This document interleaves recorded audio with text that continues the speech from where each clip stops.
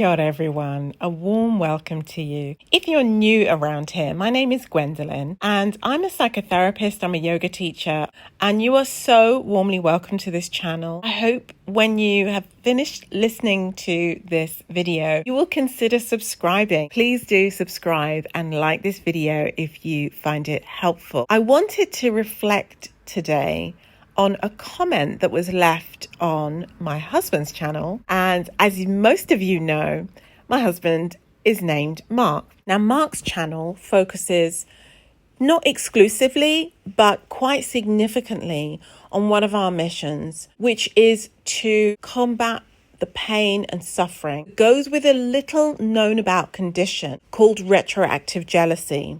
So again, I know that most of you will be aware of this, but for the benefit of anyone who's new or not aware, I just thought I would give that brief introduction.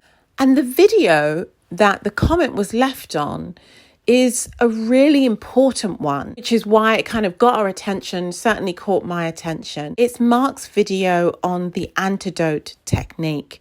This is a technique to really try to help those who struggle with retroactive jealousy. Put a brief description up on the screen for anyone who isn't aware of what that condition is. But it's really an important technique, an important video, all about breaking the cycle of the kind of ruminating thinking, the obsessive thinking, and just the incredible pain and suffering that goes with RJ. I found the comment really interesting because there were so many layers to what this person shared. And as it is a public comment in the public domain, I will share it here just so you understand what we're unpacking. In this video, I'm going to offer 4 suggestions for anyone who kind of resonates with this comment, to offer another perspective, an alternative perspective, which is really focused on healing and moving you forward if you are struggling with RJ or if you know someone who is. This is the comment, starts here. The antidote for my RJ is, and I hate to say this because it's definitely not for everyone, is medicinal marijuana. When I'm high, I'm normal.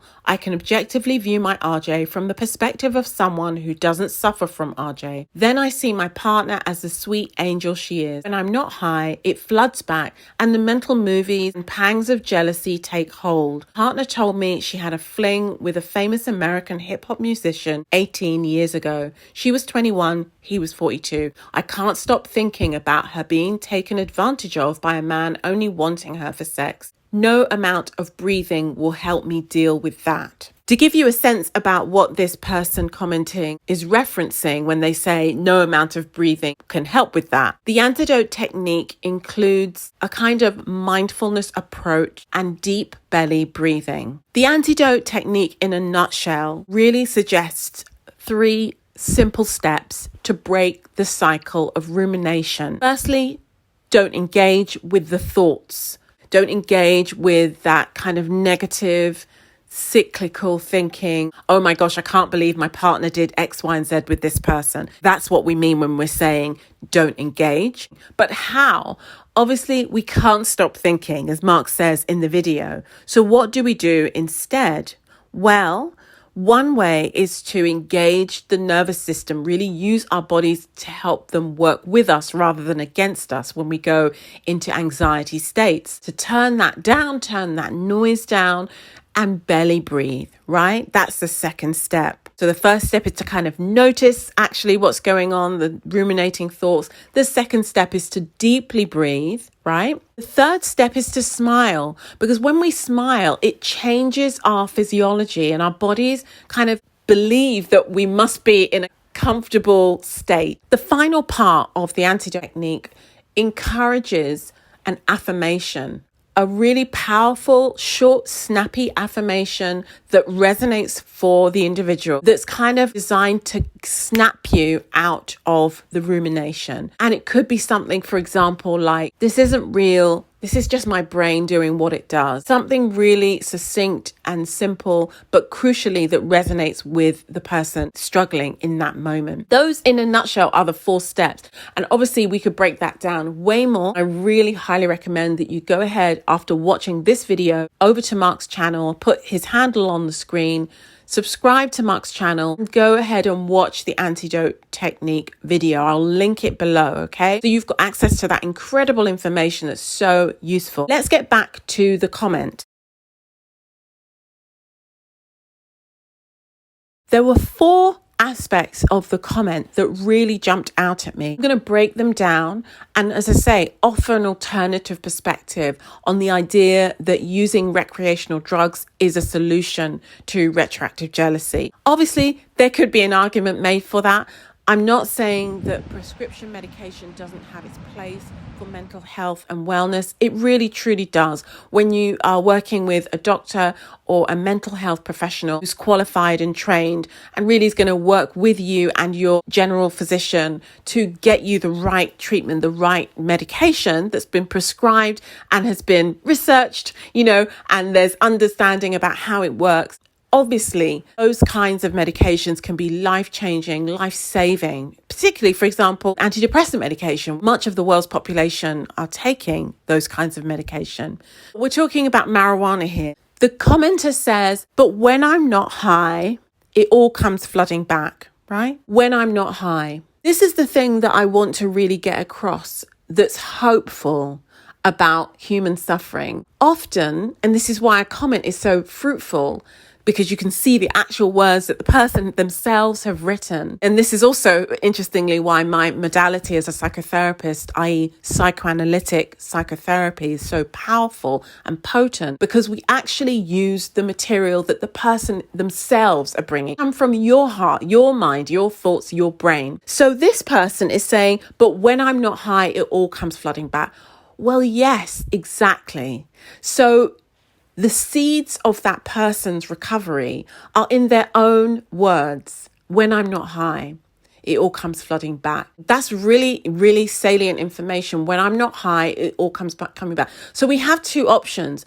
It means that if I were that person, I'm just going to be high forever, all the time, and live my life like that. Or I'm not, and I'm going to experience those feelings and thoughts, and then what?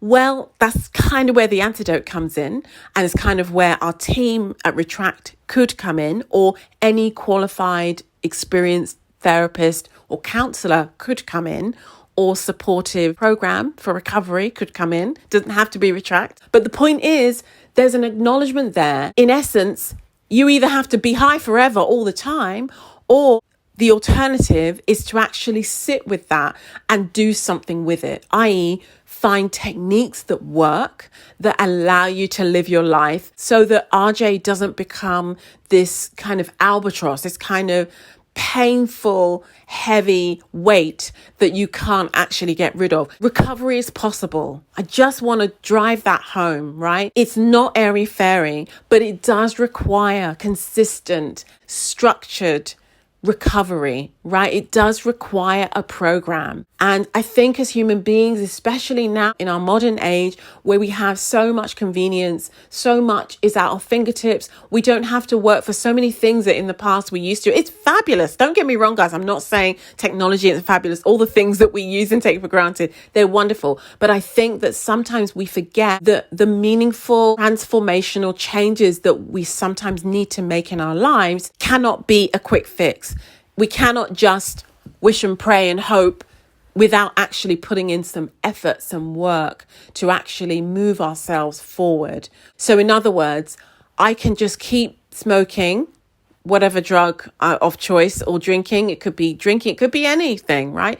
Addictions and recreational drugs and all of that come in so many different forms. This person referenced marijuana, but it really could have been almost anything really that is a way of escape. So we either continue to do that, or we take another alternative, we take another path, which obviously requires incredible courage and resilience and persistence. And that is why we emphasize at Retract the importance of a structured recovery program, rather than, oh, I'll just try this and see if it sticks, throwing spaghetti at the wall. Actually, you need a guide, you need a support in the beginning, right? You need a therapist in the beginning. And when I say the beginning could be a year or 2 years before things start to make sense on a deeper level where you don't need so much external support. Some of those wonderful tools and techniques have been integrated into your own self, right? So they become like second nature. Sometimes with retroactive jealousy recovery, I kind of think about it like a poster I used to see at one of my dental practices. I love this poster. It said something like, you don't have to brush all your teeth, just the ones you want to keep. Right? Similarly with RJ recovery, you don't have to follow a program if you're happy suffering, right? Clearly, nobody wants to suffer.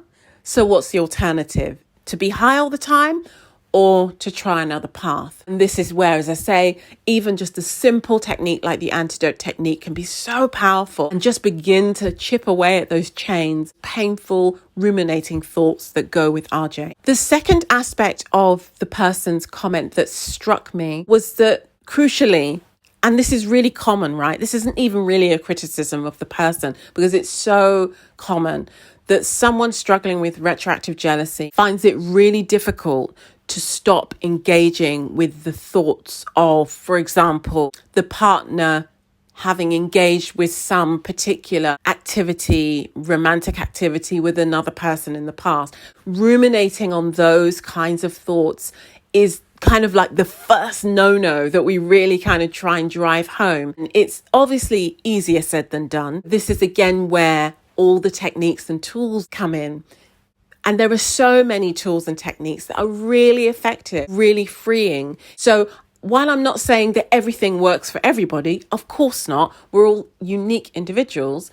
What I do want to drive home again is just the hope that there really are tools and techniques that do work, right? So you don't have to just be at the mercy of these ruminating thoughts, okay? Linked to that is what the person says about, I can't stop thinking about. And I've deliberately left a little bit of detail out. You can go ahead, check out Mark's video, the antidote technique. As I say, I'm linking it below. You can find that comment. If you go to newest comments, have a look, you will see it clear as day. Mark actually makes a joke in the video about just stop thinking, right?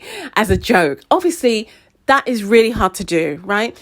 The self-realized yogis spend lifetimes getting to a stage where there's no longer any thought. For us mere mortals, for us on our journey and still doing our best to, progress, whether that's on a spiritual path, whether that's on a yoga path, whatever path we're on, we're still striving for that, for a state of no thought, right? For most of us, we're not quite there yet. Let's put it that way, right? While we're on our way to that, what do? The yogis of old were really smart and they realized that, firstly, if you start to control the body with the breath, you start to control the mind. And in a way, the antidote technique, to my thinking, really utilizes some of that wisdom because we're talking about deep belly breathing. Just try it now. Just humor me, guys, right? Take a second. It doesn't matter where you are. If you're listening to this on a train or whatever, it's all good. Close your eyes if it's safe to do so, or lower your gaze. Take a deep inhale with me now. Hold the breath. Keep holding. Now slowly exhale.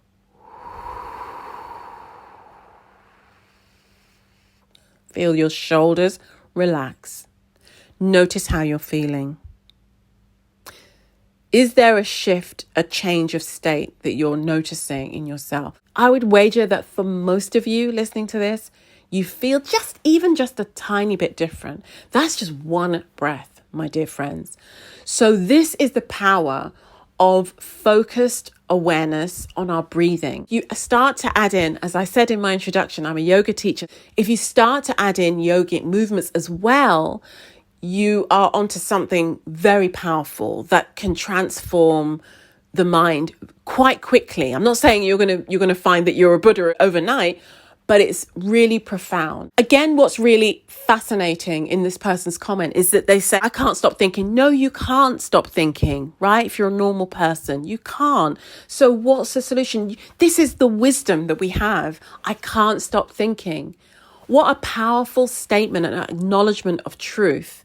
No, you cannot stop thinking. So what Okay, what's the alternative? I smoke marijuana 24/7 every moment of my waking life forever in an effort to stop thinking, or I stop, I feel the feelings, which may feel devastating momentarily. I take up the invitation to work with an expert in the field of retroactive jealousy recovery and walk with them for my own benefit, or just hope that one day I'll stop thinking and somehow I can change history and feel okay about my partner. Some of retroactive jealousy recovery, to my mind, this is the thing, as therapists, as a team, we all work differently. From my perspective, some of it is about breaking down some of our childlike thinking that really doesn't serve us, right? Because we cannot change the past, and ruminating on thoughts such as what my partner did with their ex nearly 20 years ago, 2 decades ago, happened in the past and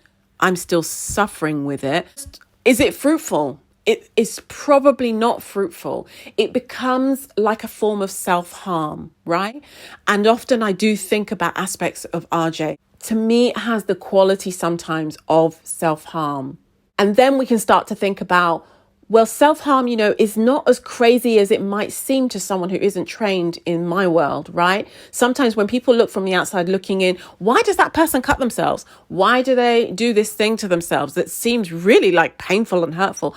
Well, think about it this way. If we cut ourselves, our body kind of sends a rush of pain-killing kind of endorphins, for example, to help us deal with that emergency that's happening in the body. That's how the body's kind of registering it. I'm putting this in really simple language, but essentially that's what's going on. So suddenly we have a bit of a shift, a bit of a release. That sometimes is part of it. That sense of relief and release. And this is the same for things like eating disorders, right? Particularly bulimia, for example. The release is part of the effort to feel better. In the similar way, RJ can be like that. It then has this dual quality. On the one hand, they're suffering. On the other hand, there is an aspect of it that feels good because I'm trying to get myself feeling better, right? Like anything, like drinking. We wouldn't do these things as human beings if there wasn't an aspect of feeling good about it. Then the come down happens. Then the suffering happens. Then we come down and oh my gosh, it all comes flooding back, right? So clearly we can learn from that. This person's own wisdom is shining through the comment in that is not a permanent solution, right? And so we have a choice in that to decide what we're going to do about that awareness. And what's really fascinating about this comment to me, arguably, the person would not have made this statement, which is a good chunk paragraph, right? It's a really thoughtful comment that they've made, having clearly engaged with the video that Mark offered on his channel. They wouldn't actually, I would argue, have made the comment anyway if there was absolute certainty in their mind that their approach is correct. Think about it. We don't generally question the things that we feel are just right. Those are the beliefs that we have that actually never get questioned. They can be the dangerous ones, right? If you think about religion, if you think about what people have done in the name of religion, why do humans do stuff like that? Well, they do it because it's an unquestioned belief. It's not even to the point where I would run it by someone or I would utter it. Like, I believe in God or I don't believe in God. How can you question there's no God? You wouldn't even have the conversation. You wouldn't even utter the words or write them down on a comment on a YouTube video if you were sure, right? And again, there's hope in that, because where we are not sure, and this is the paradox of life, the people who are the smartest in the world are rarely super sure, right? Have you noticed that? The people who are smartest in the world are rarely super sure. The people who are the tyrants, dodgy people, generally speaking, are the ones who are out there shaking their fists, proclaiming the truth. Put that in inverted commas. I know this is the way. We're going to do this. We're going to build that. Have you noticed that? So in other words, when we're not sure about something, there's hope in that. We're still open to considering another point of view, right? The fact that we even bother to utter the words means that it's something that we're still thinking about, we're still processing. If it wasn't, we would just go about our business. We wouldn't even be talking about it. This is just my perspective, guys. What do you think? I've shared my thoughts on this comment. I would love to hear yours. To support our channel and really engage with this material, I would request, if you can, spend a couple minutes, flip over to Mark's channel, go check out the comment for yourself, leave a thumbs up for Mark, give some love to that person, right? Because the thing is, it takes a lot of courage also to speak up and say, hey, you know what? This is how I'm struggling. All respect to that person. So if you're going to do that, be kind, be thoughtful and respectful. But really that would obviously help Mark's channel, allows other people to see crucial content that can be life-changing for people. But really, I would love to hear your thoughts on this. Listen, psychedelics are coming in now. We as clinicians, as psychotherapists, are being encouraged to think about the fact that some of our patients are going to want to work with ayahuasca and drugs of that nature to empower themselves in their thinking, right? What do we think about that? This is a whole new world. Okay, so marijuana is another thing, but I'm not saying I hold the key to knowing all about drugs and their interactions with therapy or as a way of recovering from something. I'm not kind of making an absolute statement about anything here. Just to be clear, my perspective is as I've just shared. So what's yours? Leave a comment below, like this video if you've liked it, subscribe to my channel. Thank you so much for watching this video to the end. You are a real one. Okay, my loves, I look forward to seeing your comments and I look forward to seeing you in the next one. Kia ora.